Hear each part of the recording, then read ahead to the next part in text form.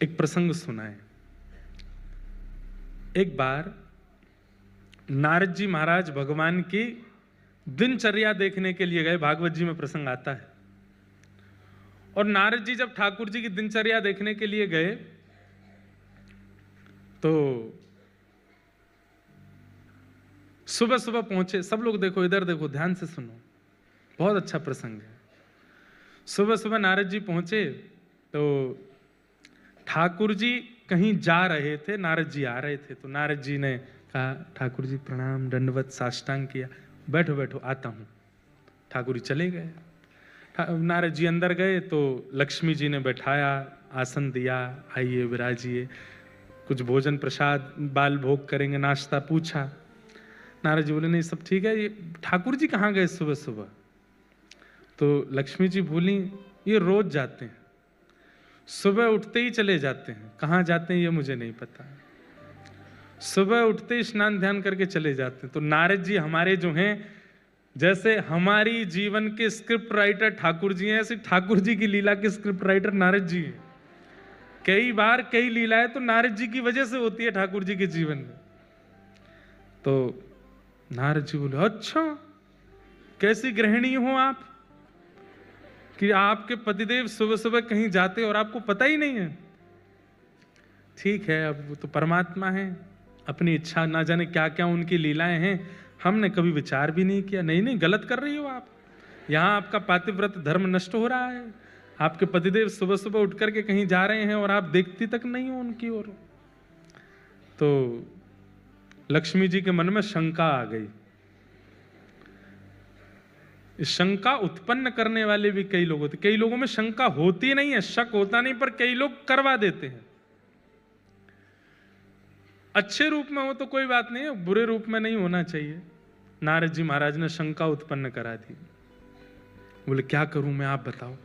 बोले कुछ नहीं, कल जब सुबह जाएं तो पीछे पीछे जाना, आप देखना कहां जाते हैं और थोड़ा पता तो लगाओ, बाकी आगे का हम देख लेंगे सब क्या करना है। तो सुबह सुबह ठाकुर जी उठ करके स्नान ध्यान करके नित्य के भांति निकले। पीछे पीछे लक्ष्मी जी छुप छुप के जा रही हैं, देखूं कहां जाते हैं। तभी वैकुंठ में कहीं जाकर के ठाकुर जी एक द्वार जैसा था, उसके अंदर प्रवेश कर गए। भीतर से द्वार बंद कर लिया। लक्ष्मी जी बाहर तक देख आई, लौट करके आई। नारद जी से बोला मैंने देख लिया, कहाँ गए? बोले कहाँ गए? बोले यहाँ से ऐसे ऐसे जाके इधर उधर जाके वहाँ एक द्वार है, उसके अंदर प्रवेश कर गए। जय हो दिगंबरा। हमारे नासिक दत्त धाम के पूज्य गुरु जी पधारे हैं, बहुत बहुत प्रणाम, अभिनंदन। तो क्या बता रहा था मैं? तो एक द्वार में प्रवेश कर गए। तो लक्ष्मी जी ने आकर के नारद जी को बताया, बोले कि एक द्वार के भीतर प्रवेश कर गए थे। तो द्वार के अंदर क्या है? बोले हमने उसके आगे नहीं देखा, अपने इतना ही देखा। बोले कैसी पत्नी हो आप, केवल मार्ग देख के आगे? अरे भीतर तो देखना था क्या है। बोले आपने कहा था आगे का आप संभाल लोगे, आप ही देखो। तो लक्ष्मी जी नारद जी दोनों गए और वो जो द्वार जहां था उसके पास ही एक पेड़ के पीछे छुप के खड़े हो गए। ठाकुर जी 2-2.5 घंटा लगा करके बढ़िया प्रेम से, और भीतर से निकले बड़े हंसते हुए, प्रसन्न मुद्रा, बिल्कुल जैसे बस नृत्य करने की देर है, इतनी प्रसन्न मुद्रा में ठाकुर जी निकले और निकलते हुए चले गए। नारद जी बोले इतने प्रसन्न आपसे मिलके हुए कभी? तो लक्ष्मी जी बोली नहीं, प्रसन्न तो रहते हैं, आप ऐसा क्यों कह रहे हैं? बोले नहीं, देख रहे हो ये प्रसन्नता कुछ और है। लक्ष्मी जी बोली आप ऐसे नहीं कहो, चलो ना भीतर देखते हैं क्या है। ठाकुर जी जब चले गए वहां से, तो नारद जी लक्ष्मी जी के साथ उस द्वार के भीतर प्रवेश किए। भीतर जाकर के देखा तो एक बहुत सुंदर सा एक भवन, बहुत सुंदर आंगन, बड़ी सुंदर सुगंधी आ रही है, बहुत सुंदर सूर्य की किरण भीतर पड़ रही है, अद्भुत, मतलब सात्विक वातावरण भीतर। और वहां एक आसन लगा हुआ था। आसन के पास जाकर के देखा तो प्रसन्न हुए, ठाकुर जी का होगा। उस आसन के सामने एक चौकी थी, उस चौकी के ऊपर एक सिंहासन था, वो सिंहासन एक कपड़े से ढका हुआ था।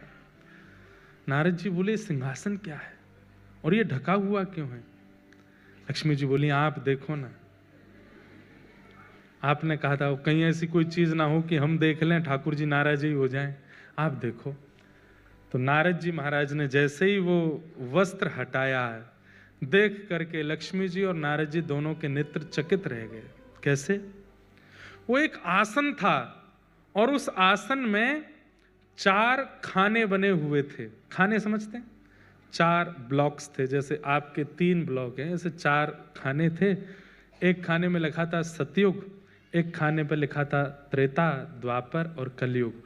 और उन चारों खानों में उस युग के जो भक्त हैं उनकी छोटी छोटी प्रतिमाएं रखी थी, उन पर तिलक चढ़ा हुआ था, पुष्प अर्पित हुए थे, उनको तिलक चंदन आदि, मतलब सतयुग के भक्तों के स्वरूप, त्रेता के भक्तों के स्वरूप, द्वापर के भक्तों के स्वरूप, कलयुग के भक्तों के, सबके स्वरूप रखे और ठाकुर जी उनकी आराधना करके गए।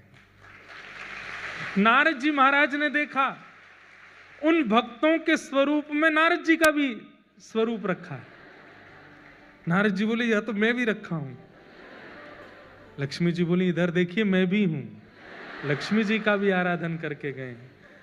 वहां पर मीराबाई का भी स्वरूप है, गोस्वामी तुलसीदास जी का भी स्वरूप है, हमारे श्री तुकाराम जी महाराज का, ज्ञानेश्वर माउली का, सबके स्वरूप विराजमान, और ठाकुर जी उनको प्रणाम कर रहे थे।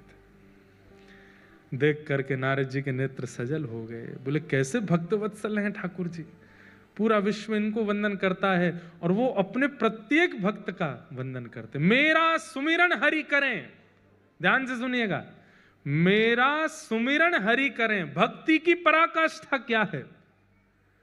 भक्ति की पराकाष्ठा क्या है? मैं हरि का सुमिरन करूं, ये प्रारंभ है, पर एक स्थिति ऐसी आ जाए कि मेरा सुमिरन हरि करें, मैं पावा विश्राम, मैं आराम करूं, मेरा सुमिरन ठाकुर जी कर रहे हैं। ठाकुर जी आराधन करते हैं, अपने भक्तों को पूजते हैं, अपने भक्तों को वंदन करते हैं।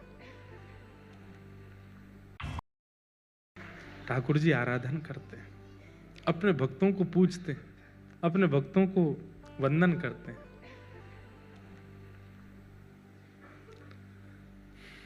सोचो, आप जैसे नहलाते हो, आप जैसे वस्त्र पहनाते हो, जैसे भोग वैसे ही वैकुंठ में, जरूरी नहीं आपकी करते होंगे, पर जो भक्त श्रेणी होगा, हाँ, मुझे कुछ अपने वृंदावन के और हमारे व्रजमंडल के कुछ ऐसे रसिक जन दिख रहे हैं अभी भी, जिनके स्वरूप की आराधना ठाकुर जी करते होंगे, वो हैं उस लायक।